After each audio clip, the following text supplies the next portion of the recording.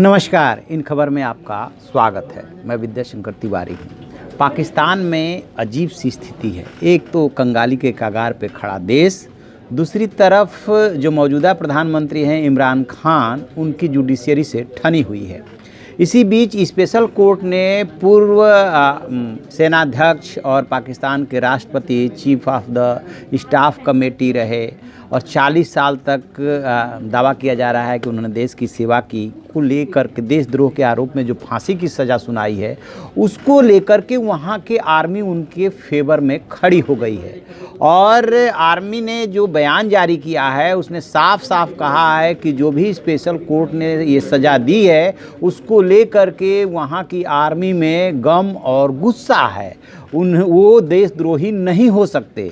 आगे आर्मी के ने जो बयान जारी किया है उसमें ये कहा जा रहा है कि इसमें ड्यू लीगल प्रोसेस जो है उसका भी पालन नहीं किया गया और जिस तरीके से उनको अपना पक्ष रखने का मौका मिलना चाहिए था, सेल्फ डिफेंस का जो उनका फंडामेंटल राइट है, उसको भी इग्नोर किया गया है। और आगे आर्मी ये उम्मीद जता रही है कि arm forces of Pakistan expect that justice will be dispensed in line with constitution of Islamic Republic of Pakistan, यानी कि जो भी पाकिस्तान का संविधान है उसके मुताबिक उनके साथ न्याय होगा।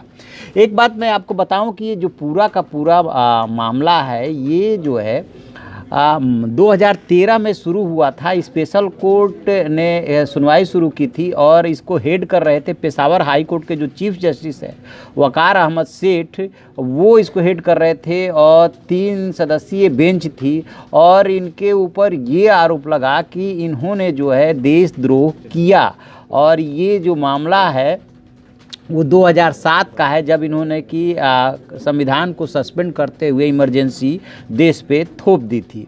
पिछले दिनों जब इस पर सुनवाई चल रही थी तो इस समय मुशर्रफ बीमार है और उनका इलाज चल रहा है। उन्होंने ये कहा था कि हमारे साथ बहुत बड़ा अन्याय हो रहा है क्योंकि इसमें जो है हमें वो सुन ही नहीं रहे हैं और अपनी तरफ से हमें सुनवाई का मौका ही नहीं मिल रहा है।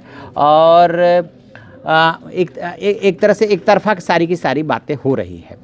ठीक है, चूँकि स्पेशल कोर्ट है और पेशावर हाई कोर्ट के जस्टिस इसको जो है लीड कर रहे थे, स्वाभाविक सी बात है कि इसमें अपील का तो मौका मिलेगा। लेकिन जिस तरीके से आर्मी ने बयान जारी किया है उससे साफ साफ पता चल रहा है कि आर्मी जुडिशरी पे अटैक कर रही है कि आपका फैसला हमें मान्य नहीं है। आपको बताऊं कि पिछले दिनों जब वहाँ के पूर्व प्रधानमंत्री नवाज शरीफ को विदेश में इलाज के लिए भेजने की बात थी, उस समय इमरान खान आर्मी जो है वहाँ के जुडिशरी है, जो चीफ जस्टिस ऑफ पाकिस्तान है, उनसे उन्होंने टकराव मोड़ लिया था।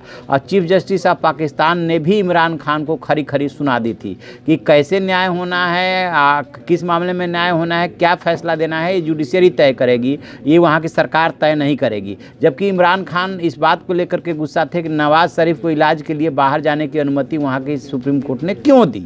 अब वही बात यहाँ पे आ रही है कि स्पेशल कोर्ट ने जो इनके खिलाफ मामला चला है देशद्रोह का, जो इन्होंने संविधान को सस्पेंड करके और जिस तरीके से इमरजेंसी थोपी, उसको लेकर के स्पेशल कोर्ट बनी और जब उसने फांसी की सज़ा सुनाई तो अब जो है आर्मी आकर के खड़ी हो गई है। पाकिस्तान के सबसे बड़ी दिक्कत यही है कि कोई भी मामला हो, चाहे जुडिशरी का, चाहे विधायिका का, चाहे कार्यपालिका का, वहाँ की आर्मी जो है बीच में दीवार की तरह खड़ी हो जाती है और अंततः होता वही है जो वहाँ की आर्मी चाहती है। कहा तो यहाँ तक जाता है कि इमरान खान को जीत दिलाने में या प्रधानमंत्री बनाने में आर्मी का ही हाथ है, अदरवाइज वो कभी भी पाकिस्तान के प्रधानमंत्री नहीं बन पाते। तो अब सबसे बड़ा सवाल ये खड़ा हो रहा है कि मुशर्रफ को फांसी की सज़ा हो गई, जो अपनी कोर्ट है उसमें ये अपील तो कर सकेंगे, लेकिन यदि वहाँ से भी फांसी की सज़ा बरकरार रहती है तो क्या मुशर्रफ को फांसी हो पाएगी? यदि आर्मी नहीं चाहती है और आर्मी इस तरीके से जुडिशरी के फैसले पर अपना बयान जारी कर रही है तो उससे साफ पता चल रहा है कि आर्मी क्या चाहती है।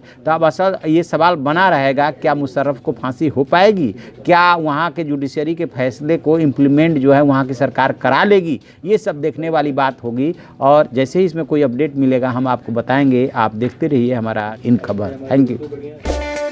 इन खबर चैनल को सब्सक्राइब करें और बेल आइकन दबाना ना भूलें।